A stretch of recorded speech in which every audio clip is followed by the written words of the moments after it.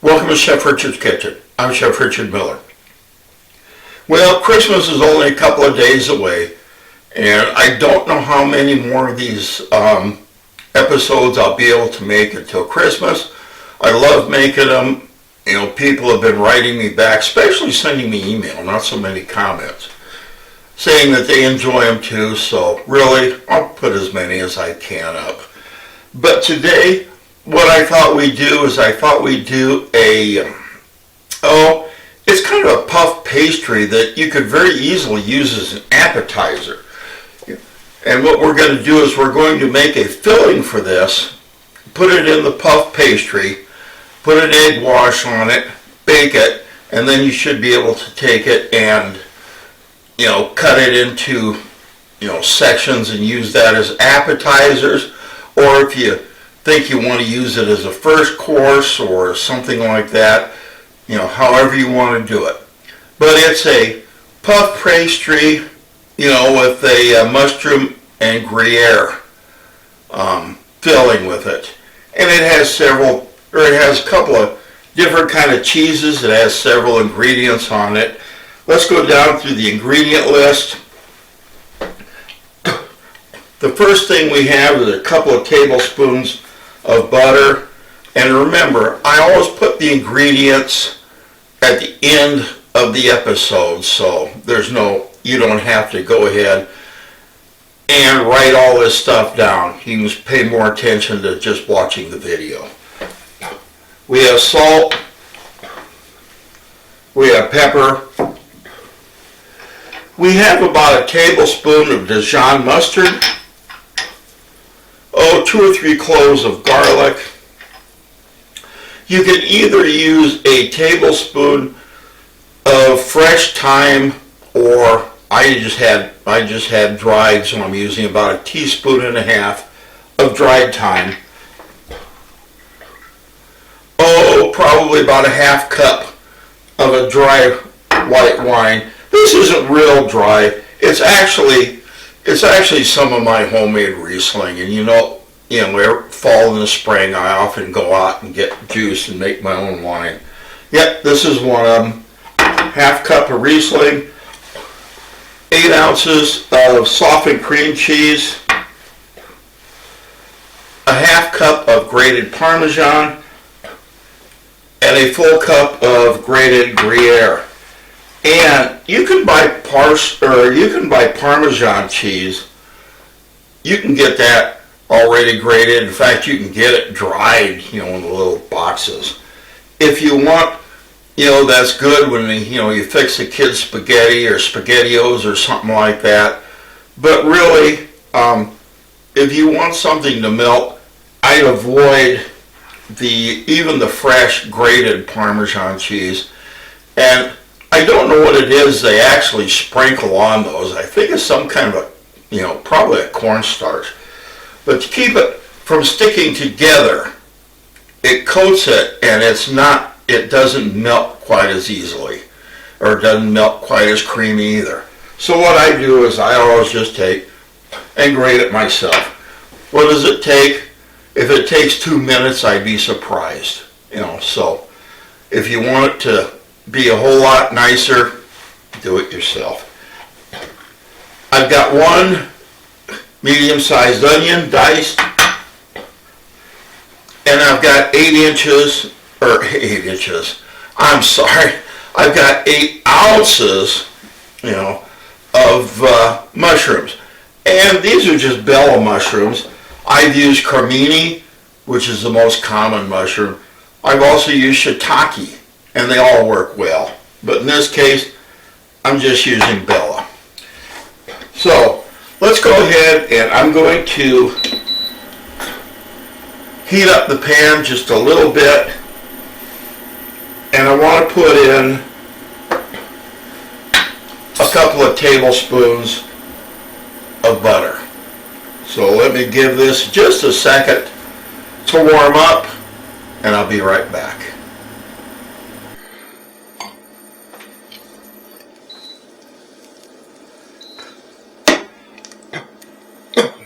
Okay, the butter is pretty much melted in here. So let's go ahead and put our onions in.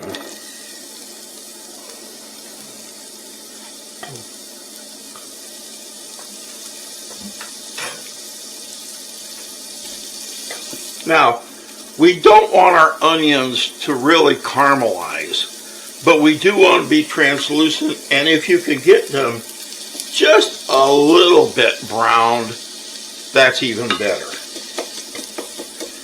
But so much of the time, if you go to try and make them with a heavy caramelization on them, it's easy to burn.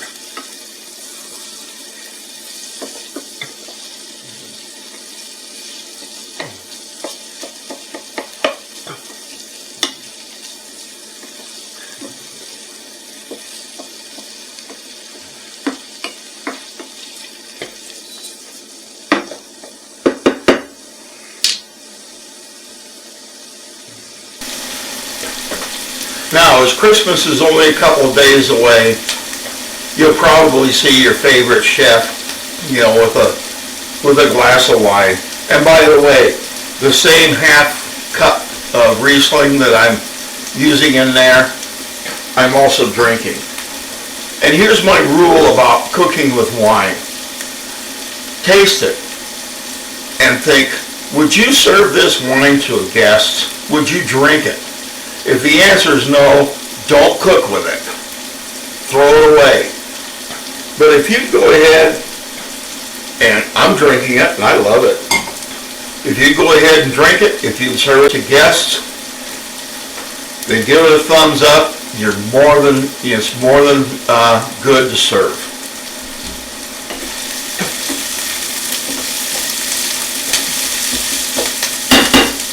I'd say that's Miller's Law number, whatever and whatnot, but I'm not the one that came up with that. I've been hearing that for, decades.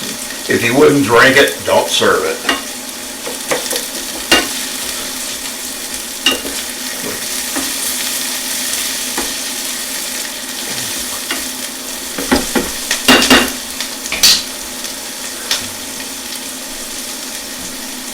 Show you on the detail camera.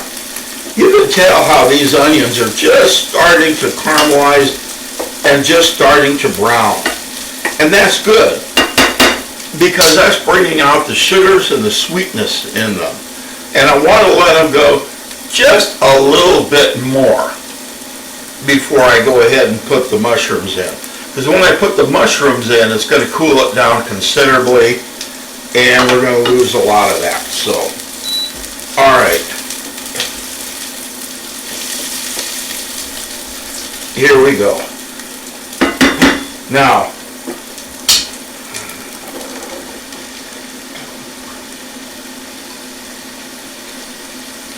let me put my mushrooms in.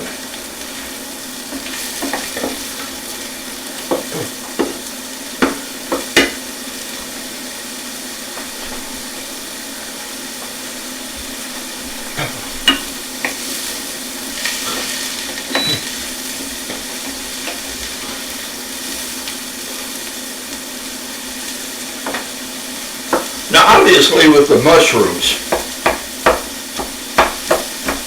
we're not trying to brown or anything like that with them. What we want to do is we want to soften them up, and we want to get a lot of the water that's in there. And mushrooms are quite a percentage of water. We want to get that out. We want it to evaporate, and we want these mushrooms to shrink. So that when we put it in the oven and bake it, we're not going to have a bunch of water draining out all over.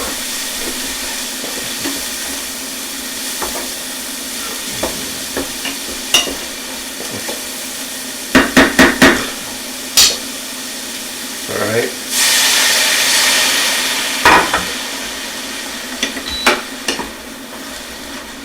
I'm going to put just a little bit of my wine in. We're getting some fond, or the brown bits, in the bottom. I want to make sure that those don't get to the point of burning, because there's so much flavor in them.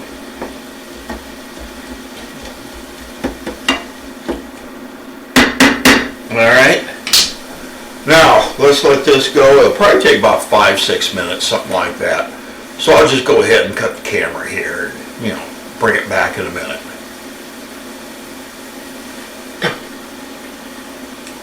Alright, as you can see here, and especially on the detail camera above, mushrooms are actually starting to give up their moisture and shrinking quite well. They're not there yet by any stretch, but they're getting there. And so we'll just keep stirring them around because we don't want them to really get too burnt on any spot, although there's still quite a bit of liquid in here that we do want to boil off. But it's going to take a little bit more.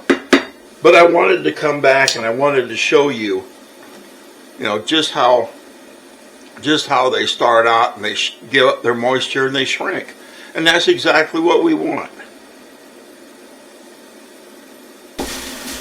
Alright, most of the water has actually evaporated out of here right now, and it's actually looking extremely good. So what I'm going to do now is I'm going to take my garlic and I'm going to put that in there, and I'm just going to saute it until it becomes fragrant. And remember, garlic is one of those that's very, very, very easy to burn. So keep your sense of smell open, and when it starts to become fragrant, that's enough. Now, does that mean that's the end of it when you put the garlic in? Oh, absolutely not. But that means you just put something else in there, like the rest of the wine here, or maybe some more butter or something like that in there, just to cool the pan down a little bit to keep it from burning.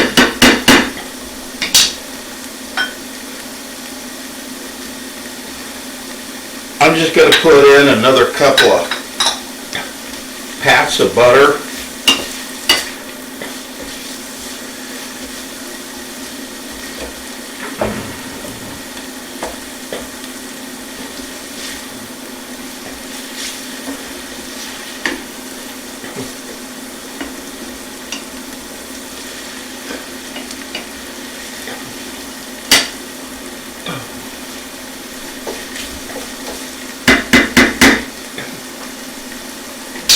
And I'm also going to put in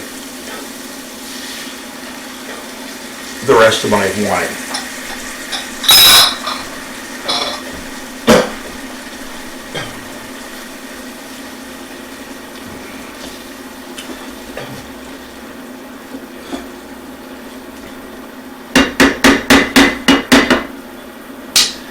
Now, it's just about time we want to start tasting it as soon as this wine you know, is kind of evaporated. Because what I want to do is I'm going to put some salt, some pepper,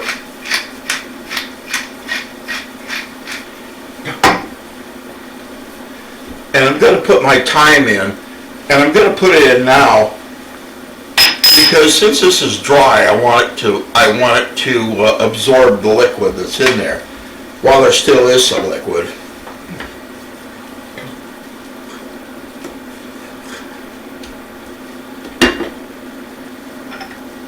And I also want to put my Dijon mustard.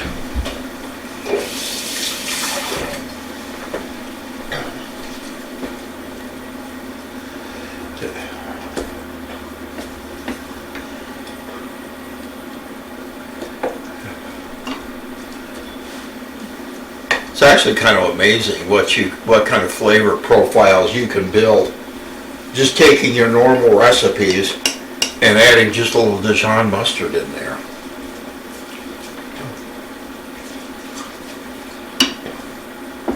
All right.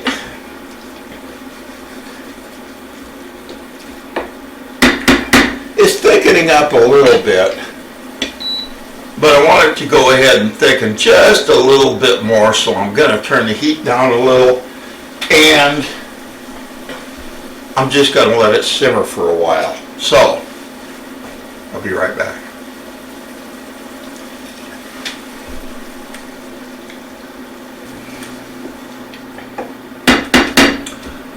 Alright, the water has mostly evaporated out of here, and we're left with a sauce. And I took a little taste of it. It's really, really good thus far. But we still have ways to go. We need to put in 8 ounces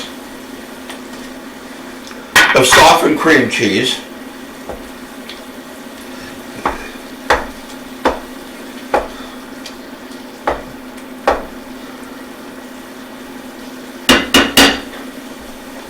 And now when this is all melted and incorporated in there, that's when we're going to put our cheese in there. We're going to put our Parmesan, we're going to put our Gruyere in there.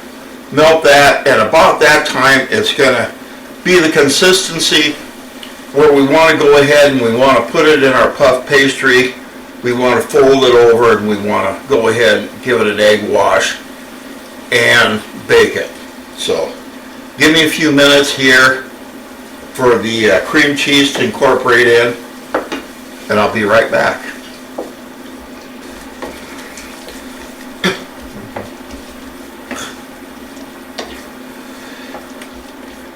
Alright, as you can see, the cream cheese is not quite there, but it's getting incorporated in here, and as soon as it's all melted and incorporated, and it's going to take another couple minutes, then we're going to go ahead and we're going to put our Parmesan and Gruyere in, and that'll pretty much finish up our stuffing. Alright, here we go, and our cream cheese is incorporated in there. Now let's give it a try.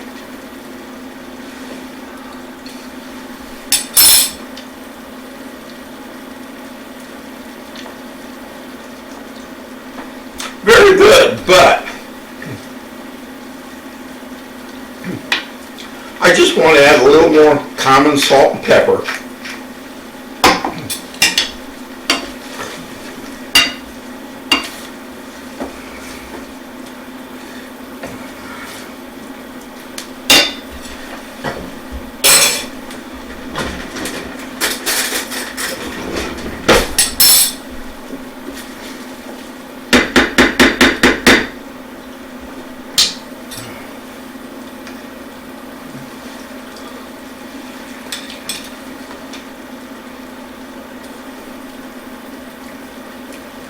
That made a world of difference. It just kind of had it wasn't real, it was very, very good, but it just kind of tasted a little flabby. Put in just a little salt and pepper and you'll be amazed how it brings out the flavors. Now let's put in our Parmesan.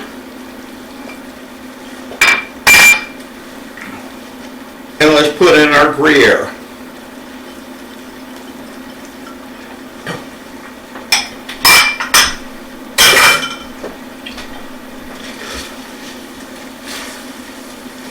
And we're going to go ahead and we're going to let this melt, which as you can see, and I'm going to show the detail camera view here. As you can see, it's melting in very, very readily. And that's one of the reasons why I want to go ahead and I want to grate this stuff myself, not rely on that pre-grated or dry cheese.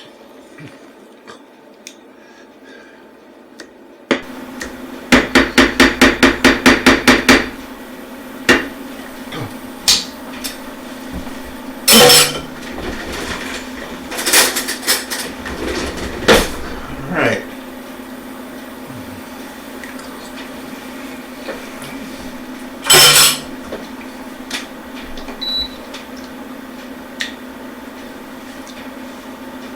Very good. You can taste You can taste the onion and mushrooms very, very slightly, but it's in the background. You can taste the Dijon. You can taste the cheese. And that's the most that that's what we really want in there. So, what I've done is I've gone ahead and I've started my oven to preheat. And let me go ahead, and my puff pastry is thawed. So let me go ahead and get that set up. And when I come back, we're going to go ahead and we're going to assemble our pastry, egg wash it, and put it in the oven.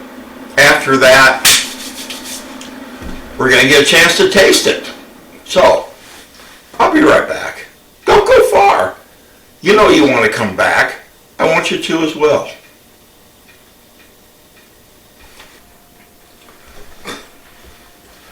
Alright. What I've done is I've taken one sheet of puff pastry and I've let it thaw, and I folded it out flat, and then taken a rolling pin and kind of rolled it out a little bit to kind of take, and because it cracks a little bit when you unfold it. And then I've taken, and about the point where it's a third of it in, I've taken and I've cut 7 little slits out from that point out, and that's what we're going to go ahead and braid over this when we go ahead and we put our filling in. So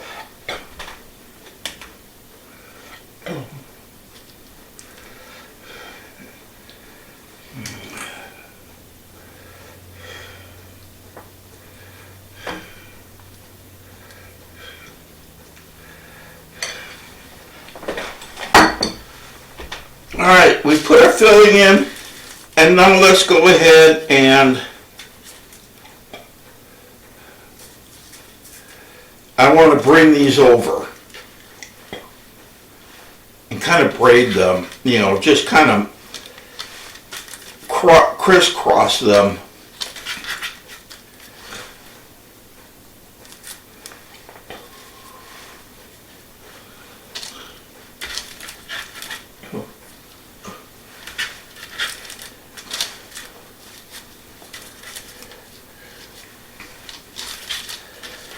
Such.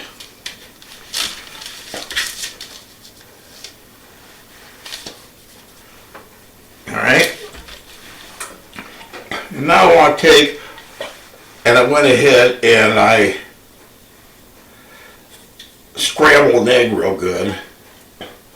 And let's go ahead and we'll put our egg wash on.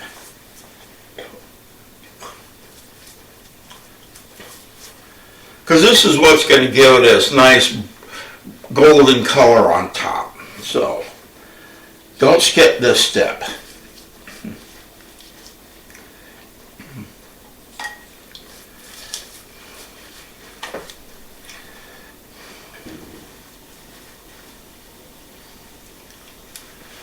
Alright.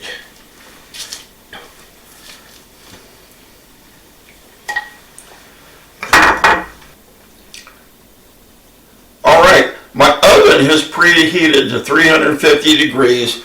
We've gotten our pastry assembled here. Let me go ahead and put this in the oven, and we're going to bake it for probably about 10 minutes, something like that. And we're going to check it and see how it's doing.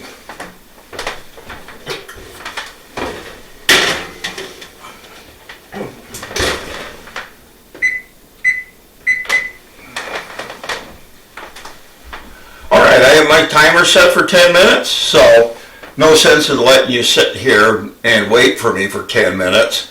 So I'll go ahead and turn the camera off, and I'll be back as soon as the pastry's ready. So, be right back.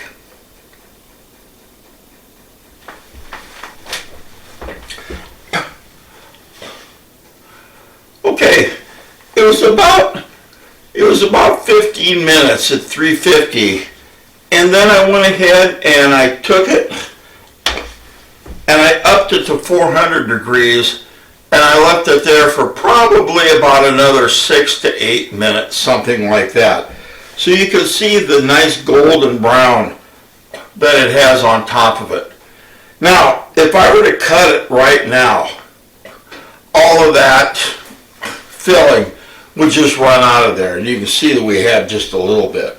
So what I'm going to do now is I'm just going to let it rest for about 5 minutes or so, and then we're going to go ahead and we're going to come back, we're going to cut it, we're going to plate it, and yay, we're going to taste it. So I'll be right back. I don't want you to miss this. You want to taste it too, at least on camera. Bye.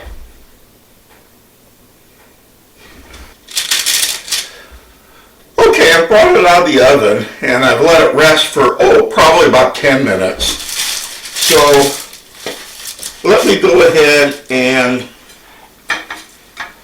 I'm going to put this on a plate.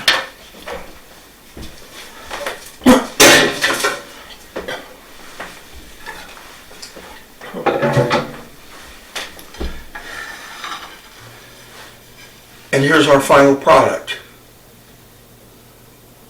All right. Looks really, really, really nice. Now, what we want to do is we want to go ahead and we want to cut this .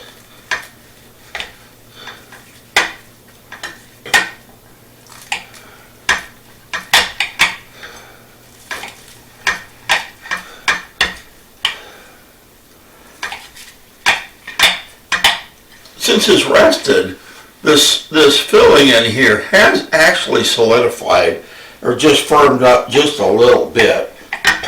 So we can go ahead and we can do this.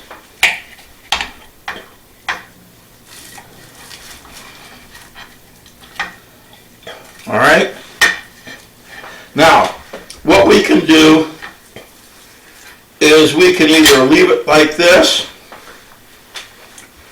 or we can go ahead and cut them down the middle. But what I want to do now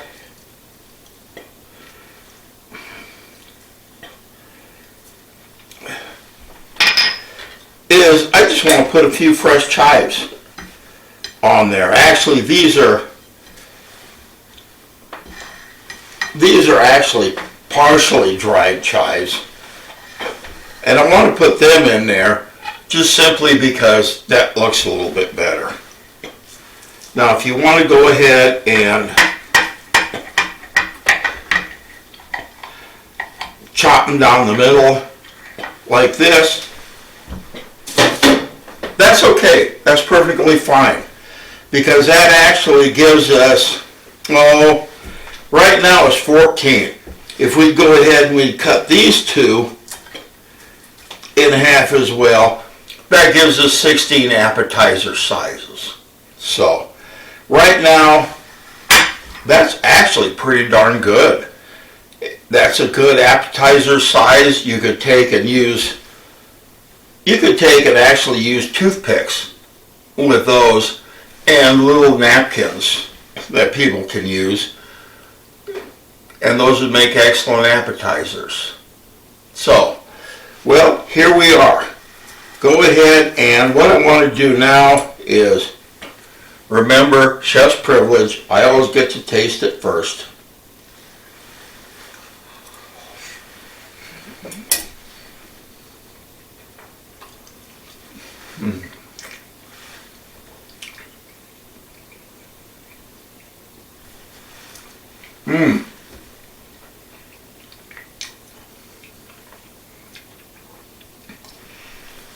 Very good. You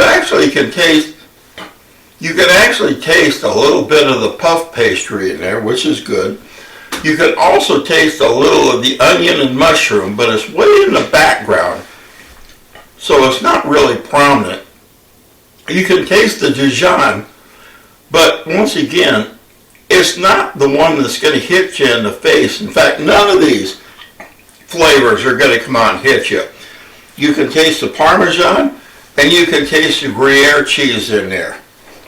And by and large, it's all very, very well blended, very well balanced.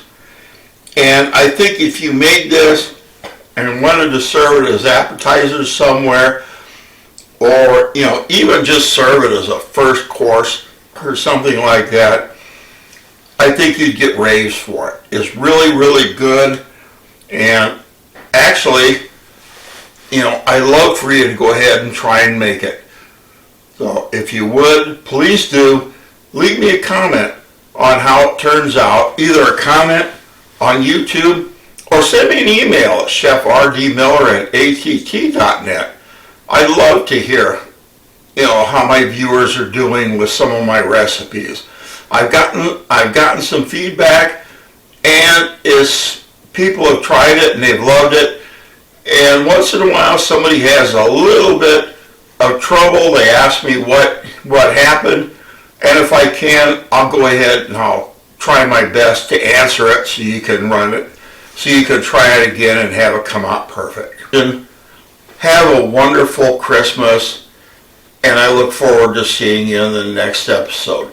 Remember, God bless. Cooking should always be fun. And I'll see you next episode. Bye for now.